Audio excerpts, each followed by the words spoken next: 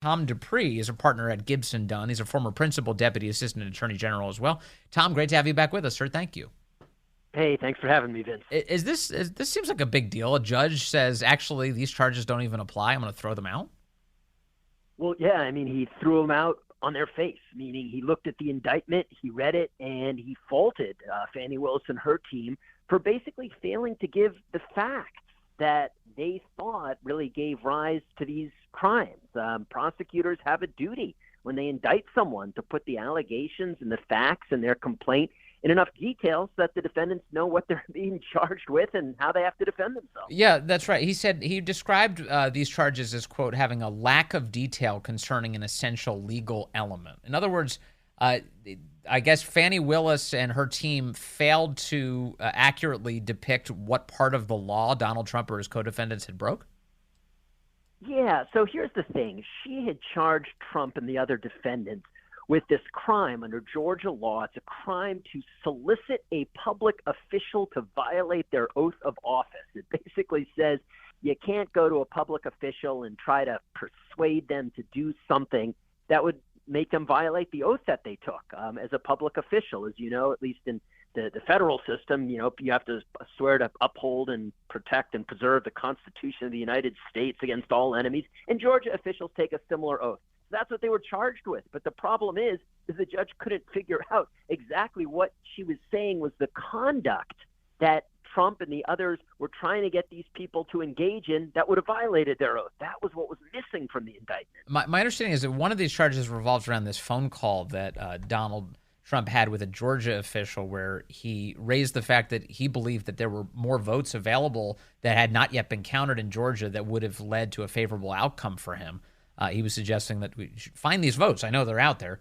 The left has turned that into, Donald Trump was asking a Georgia official to manufacture votes. Was that story involved in these charges? Yeah, it's a great question, and the answer is it might have been, but we don't really know. The way that she wrote this complaint, as you'll recall, right, it was the mother of all complaints. It was like a Russian novel with so many characters and allegations and chapters and everything. It took forever to read through Yes. and figure out what was going on. And I think the problem from the judge's perspective is he says, look, there are all these things that you say he did and the other defendants did, but I'm just at a loss. I'm out at sea to figure out what precisely you're saying he did that amounted to a crime on these charges. So what does that tell you? Does that tell us something about the novelty of the nature of these charges here? Is it rare for a district attorney to have her charges thrown out by a judge?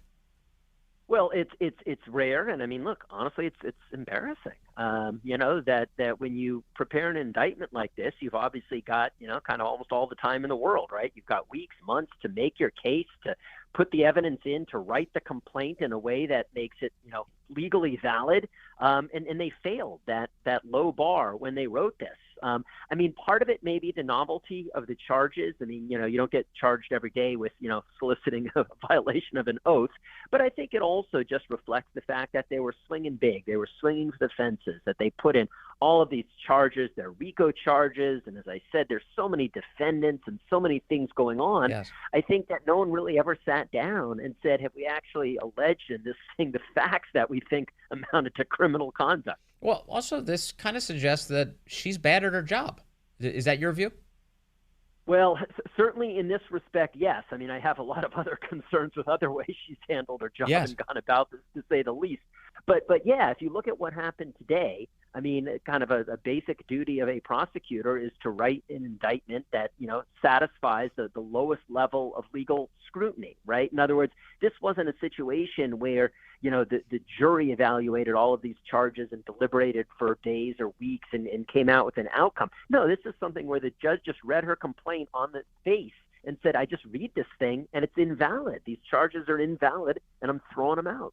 Do you read anything else into the judge's behavior here? There's been a lot of questions about, this week we're expecting whether or not he will disqualify Fani Willis. Is it possible that he's navigating a political environment here where he knocks down a couple of these charges yet allows Fani Willis to stay on the case?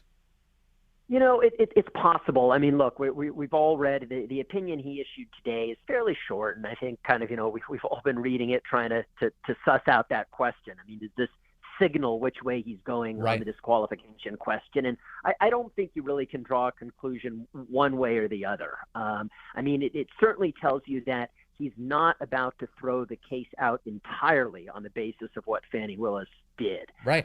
If that's what he was planning, then, well, he wouldn't have bothered to waste all his time, rifle shooting these 3 particular charges down if he's going to throw the whole case out in 2 days. That's true. So I think we can rule that possibility out, but I think it's still an open question what he's going to do in terms of disqualifying her, disqualifying Mr. Wade, disqualifying the whole office. He was clearly concerned by a lot of the testimony that he heard. You could see it in his body language and the questions he was asking.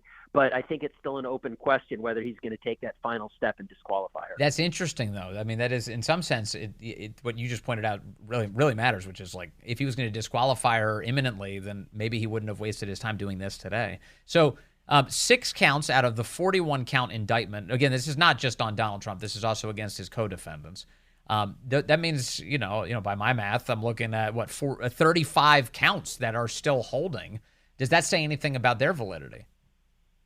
Yeah, well, let's see. It says that, there are some counts that are going to survive at least this first test.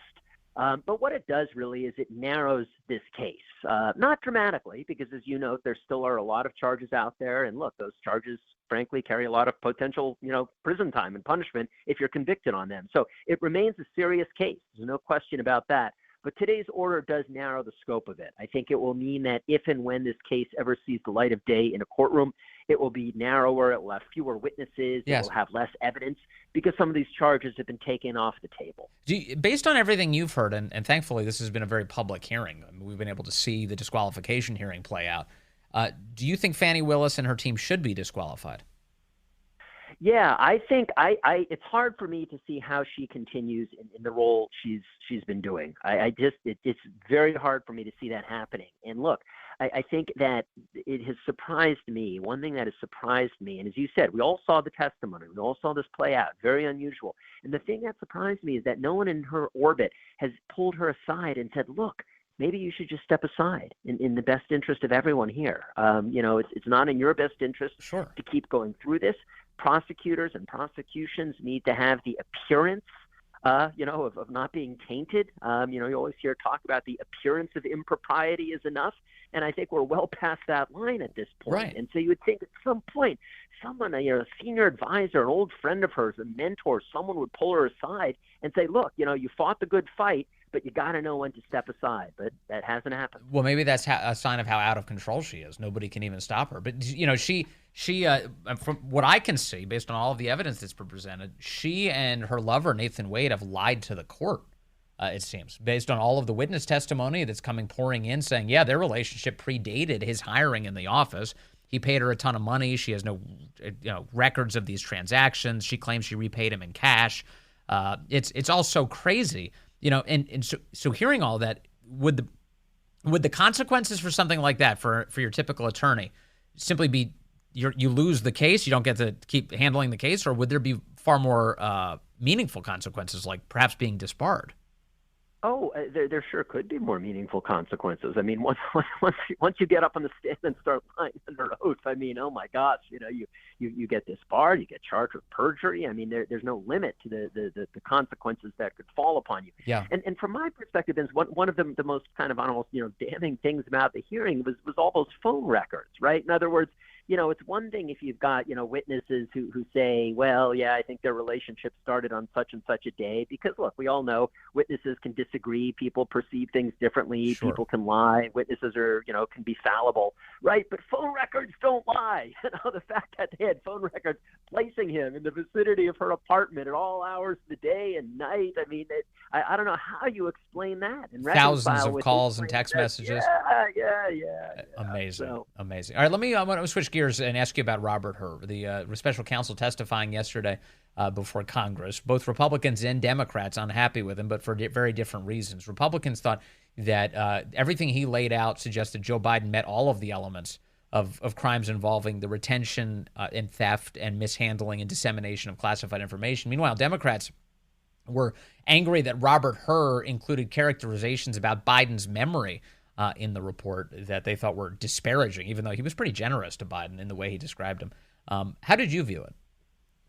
Look, I viewed it as I am 100% confident that Robert Hur knew he was going to come in and have a really hard day, all right? Because as you said, the Democrats pounded away on him, the Republicans pounded away on him, and I think his story. I mean, I heard him testify. I read his opening statement, and what he's saying, and the line that he adhered to throughout the hearing was he was just trying to explain himself, why he didn't want to bring charges. That's why he got into the whole, the memory thing and the elderly gentleman, is that he was just trying to explain to the world what led him, given, as you said, the fact that he did have evidence of possible criminal activity here, what led him at the end of the day to ultimately decline recommending prosecution. Yes. And that's why all that stuff got into the report. But does that carry water for you? Is that a normal way a prosecutor assesses a case like this, where they gather all of this deeply damning information, but then they're like, but he's a sympathetic old man with a poor memory.